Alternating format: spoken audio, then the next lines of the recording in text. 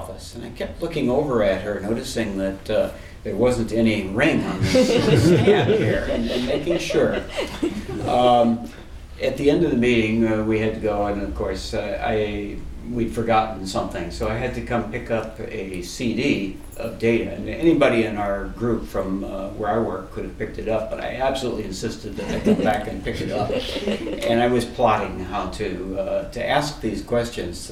They're kind of embarrassing questions, but so I picked up the CD and I went into Melissa's office and I said, I have 3 potentially embarrassing questions to ask you. The first one was, are you married? The second one, which would have been, I wouldn't have asked if she had said yes. The second one was, are you dating anyone? And the third one was, would you like to?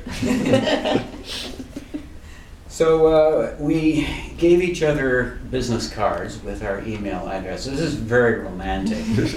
I still have her business card. And a few days later, I decided I'd write her an email and officially ask her. And I looked up what I had written down in that email. We've saved about all of our emails, but I looked it up and it says, I've thought about this and I doubt that we'd ever make a couple. One or both of us would have to change a lot, and I suppose that's unlikely at our age. Now, I did write a bit more in this email, or we might not be standing here today. What I wrote is, but, and there is a but, I find you an intriguing woman. I've always found smart women intriguing. And if I may say so, you're very attractive. Another but. I don't know what your social life is like, but if you'd like some male companion for dinner sometime, that'd be fun. Or, well, I don't know, what other sorts of things you do. Hiking, museums, computational linguistics. Very romantic. So that's how it went down in the beginning. And I'm going to stick close to the text so that I don't forget anything important. So when Mike came over for a meeting that first time, I noticed him too, but I wasn't really thinking about dating or relationships. I was settling into the peace of being single. I hadn't even contacted any of my matches on Match.com, where I'd apparently set up an account. I didn't remember doing it and couldn't figure out how to cancel. So a week later, when Mike knocked on the door of my office, I figured he had some project to discuss. Then when I heard his 3 questions, I can tell you I was flabbergasted. Looking back at my email record, which I did just recently, I saw a pose of skepticism. I wrote a few friends who are here today. I got asked out on a date, I wrote. What am I getting into? Maybe I should just let the offer lie. I don't agree, replied Linda Baker. Just go with it, wrote Linda Gooding. You don't gotta move in with him, said my sister. She will. Just enjoy a jolt of variety in your life. Yeah. I consulted Maggie. Mike goes to church, I said. He's a good man, she told me. He can fix things, I said. He's a real man. And I asked Angela what to wear. Not a nightgown, she texted. Enough deliberating. So I did go out on a date with Mike. We went to dinner. And from those first emails, I see that my pose of distance shifted after the first date to a warm, enjoyed my dinner date. And after the second date, a week later, to uninhibited enthusiasm. He wants to take me hiking, I exclaimed in one message. You're going hiking? Replied Linda Gooding. Why, you must really like it. What was behind the shift? Well, my emails were saying a lot of things about gallantry and vigor and comeliness, but I think it was Mike's fearless commitment to listening that captured me early. By seeking to hear me, you helped me find my heart. So by the end of last year, it was pretty clear that the first part of that first email that I had sent, where I said I didn't think we'd make the couple, was wrong. And I've never been so happy to be wrong. So on Christmas Day, I got down on my knees in the kitchen, romantic place, of course, and said, Virginia Melissa Holland, will you marry me? And she said, yes! So that's why we're standing here before you today. And now we'll proceed to the vows.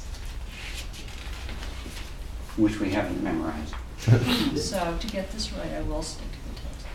I, Melissa, take you, Michael, to be my husband, my partner in life, and my one true love.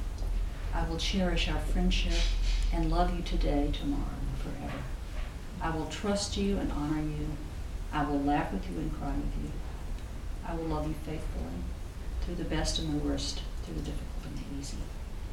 What may come, I will always be there, as I've given you my hand to hold.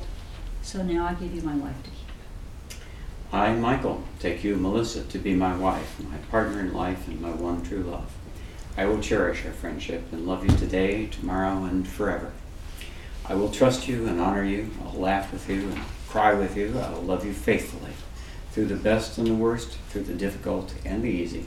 What may come, I will always be there. As I have given you my hand to hold, so I now give you my life to keep. Moved. I don't want to inhibit anybody's photo taking, but I'll move here. You all might want to follow along, but I can use this. Okay. Traditionally, the marriage ceremony is marked by the exchange of rings. The wedding ring is a symbol of the unbroken circle of love, a reminder that love freely given has no end. May these rings remind you always of the vows you have taken here today. Mike, please take Melissa's ring, and as you place it on the ring finger of her left hand, repeat after me. With this ring I wed you. With this ring, I wed you. Promising to love and respect you. Promising to love and respect you. Sharing good times and bad. Sharing good times and bad. In sickness and in health. In sickness and in health. I think this will go on.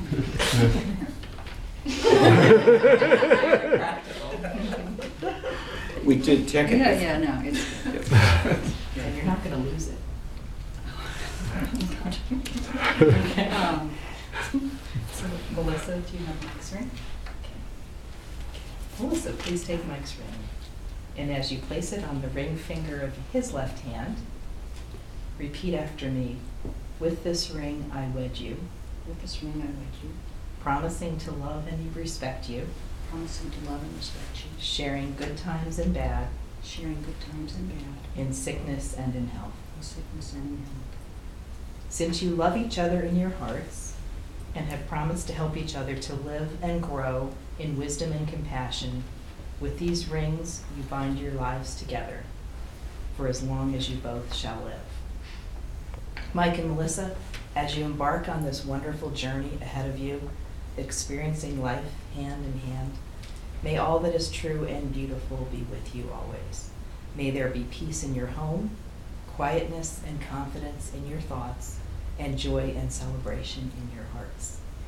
Friends and family, since Melissa and Mike have thus pledged themselves in the presence of this company, and they have spoken the words and performed the rites which unite their lives, under and by virtue of the authority conferred upon me by the Circuit Court of the Commonwealth of Virginia, I do now pronounce you husband and wife. Melissa and Mike, you may now kiss each other.